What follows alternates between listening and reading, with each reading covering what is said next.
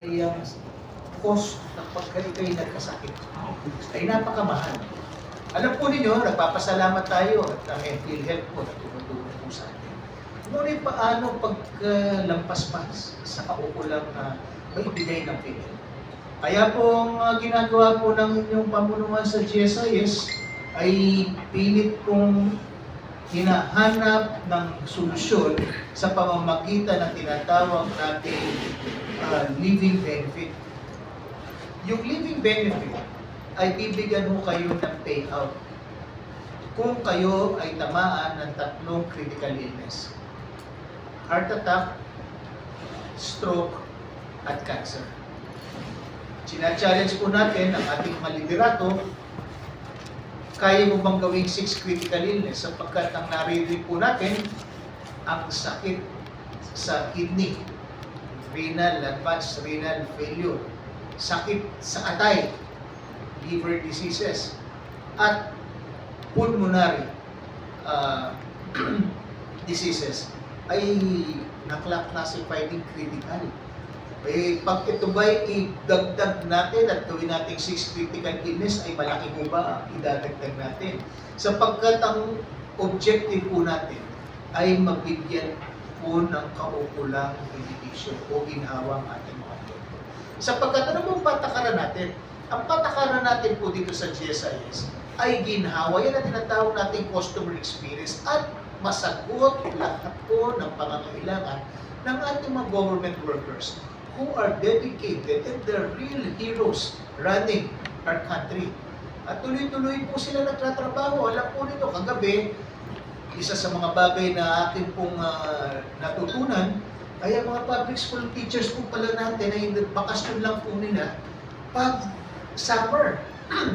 Ay kayo no, halimbawa magkasakit po kayo sa gitna ng school year, leave without pay. Pag kayo po ay kailangan mag-follow up at hindi po akma yung na-deduct sa loan ninyo sa GSIS, leave without pay.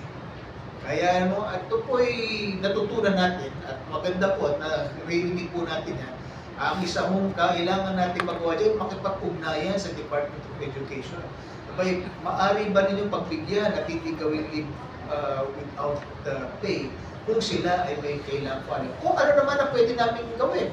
Sa stakeholders meeting kanina, ang suggestion ay magbukas daw kami ng Sabado. Ang magandang exchange of ideas. Binanggit din ng mga executives ng GSIS, alam po ninyo, ginawa na po natin yan noon. Ngunit, isa-dalawa lang po ang pumupunta pag Sabado. Ako po ay naniniwala na maaari po natin masolusyonan lahat yan. Basta narinig natin ang problema. Naiintindihan natin kung anong kanilang hinaing sapagkat maaari po natin magawa yan sa pamamagitan ng teknolohiya. Maganda rin po ang feedback na narinig natin kanina. Ang feedback na narinig natin kanina, starting October, ay hindi na po tayo natanggap ng papunta nagbabayad sa GSIS ng kanilang mga payments para sa kanilang mga contribution galing sa government agencies. Ay meron din palang mga onboarding challenges sa government banks. So, kasagutan po dyan ay makipag-ugnayan sa higher levels sa government financial institutions para po matulungan at magkaroon po ng understanding paano matutulungan sapagkat alam po ninyo pag hindi namin naiintindihan ang nangyayari sa ilalim kung paano na-execute ay ang nagsasuffer ay ang ating government employees. Ay yan po ang mahirap sa lahat sapagkat ang nagtratrabaho sa gobyerno ay dapat hindi na nila nararamdaman yung ganyang mga klaseng problema. At yan po ay dapat natin ayos. Kaya talagang ginagawa po natin ay ang pag-embrace ng technology. Maniwala ho kayo, 99% na ho ng ating pong transaction sa GSIS ay digital. At 70% po dyan via mobile phone at 30% na lang po yung PIOS. At halos wala na po, kaunti na lang ang dumadaan doon sa over-the-counter.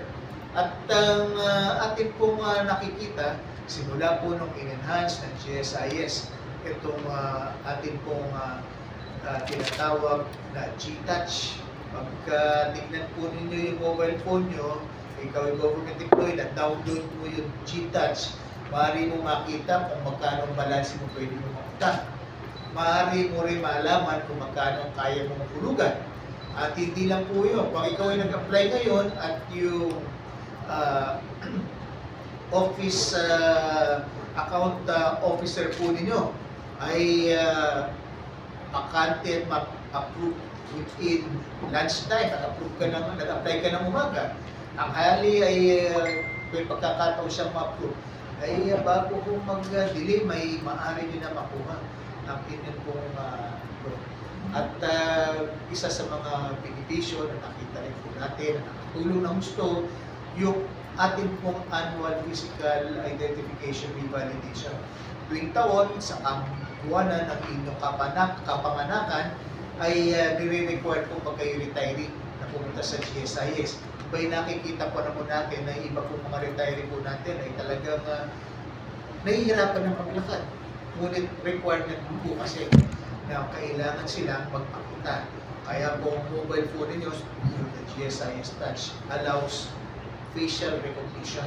Laking tulong po. Ngunit hindi pa kami tumutulong na magtigil na magkaroon ng pensioners lounge sapagkat ang feedback na naririnig namin ay ibang miyembro natin na tutuwang lumabas ng bahay. At